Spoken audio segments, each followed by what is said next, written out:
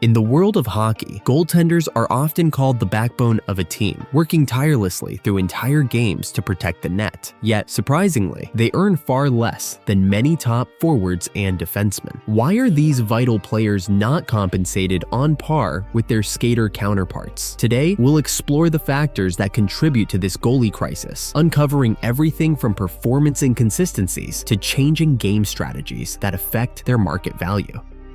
In previous eras, top NHL goalies regularly played over 70 games a season, showcasing their resilience and importance to the team. However, with advancements in sports science and changes in team strategies, the idea of a goalie shouldering nearly every game has become outdated. Teams now prefer to rotate goalies to prevent fatigue, allowing starters to remain fresher and healthier for the playoffs. This shift significantly impacts a goalie's earning potential, as their time on the ice has effectively decreased. Take the Boston Bruins, who famously alternated between Linus Ullmark and Jeremy Swayman during the 2022-23 season. This split workload didn't just reduce injuries, but helped the team set an all-time points record. Yet this strategy also meant that neither goalie could demand top-tier salaries, as they played fewer games compared to past single workhorse goalies. Unlike top forwards or defensemen who are expected to play in every game, a high-paid goalie's value is increasingly scrutinized when they may only appear in 50 to 60 games in a season. Teams are reluctant to allocate large salary cap space to a position where the starter's playing time is already strategically limited, further depressing goalie salaries across the league.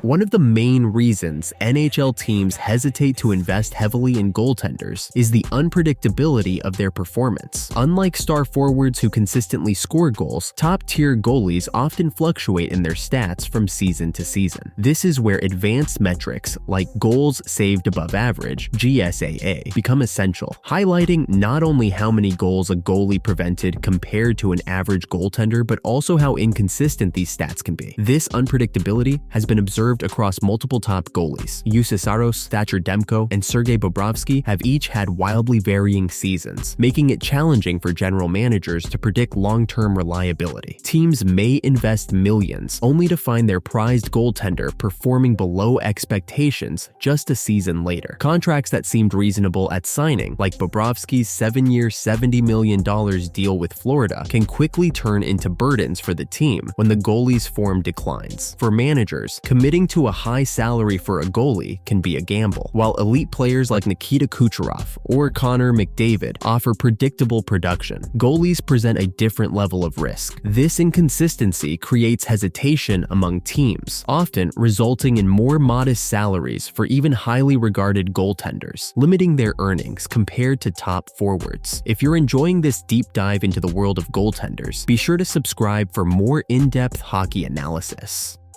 A goalie's performance is often heavily influenced by the defensive structure in front of them. A well-organized defense can elevate an average goalie's stats, while a weak defense can expose even elite goaltenders. This dependency on team strategy makes goalies appear more replaceable, as a solid defensive lineup can often compensate for a less talented goaltender. For instance, the Boston Bruins and the Vegas Golden Knights have demonstrated how a strong defensive setup can help goalies perform above average, even if the goalies themselves are not the highest paid stars. Unlike skaters, who often retain consistent scoring or defending capabilities regardless of their team, goalies are especially vulnerable to fluctuations in team composition, style, and coaching. This reliance on team structure has led to a league-wide tendency to invest in bolstering defense rather than committing high salaries to a goalie. As long as a team's defensive system is strong, general managers are increasingly willing to allocate more budget to forwards and defensemen while maintaining a less expensive goaltending tandem.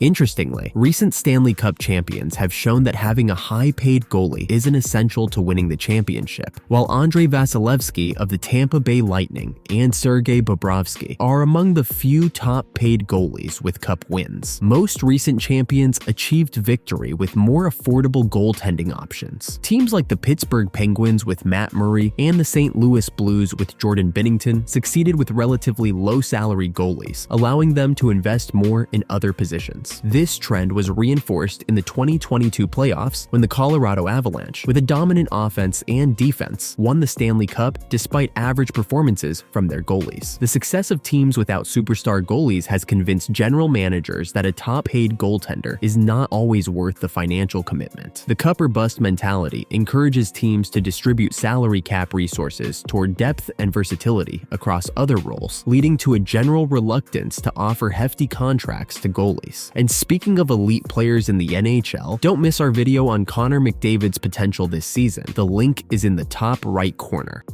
In the 1990s, goalies like Dominik Hasek, Patrick Roy, and Martin Brodeur were some of the NHL's biggest stars, celebrated for their heroics in an era focused on defensive play. However, as the league shifted towards high-scoring, fast-paced games, goalies gradually lost their status as the faces of franchises. In today's NHL, it's rare to find a goalie who can single-handedly dominate a game or a series, as Hasek once did. The decline of the superstar goalie has led to a corresponding drop in the value placed on goaltenders. Teams now prefer versatile offensive stars and durable defensemen over investing in a single goaltending superstar. As goal scoring continues to increase, the role of a goalie as a savior has diminished, leaving teams more inclined to invest in high-skill forwards to compete in the modern game. This shift could reverse in the future as the game continually evolves. Should defensive structures regain prominence or another goalie like Hasek emerge, we may see salaries for goaltenders rise once again. For now, however, the economic landscape in the NHL is not in favor of goalies.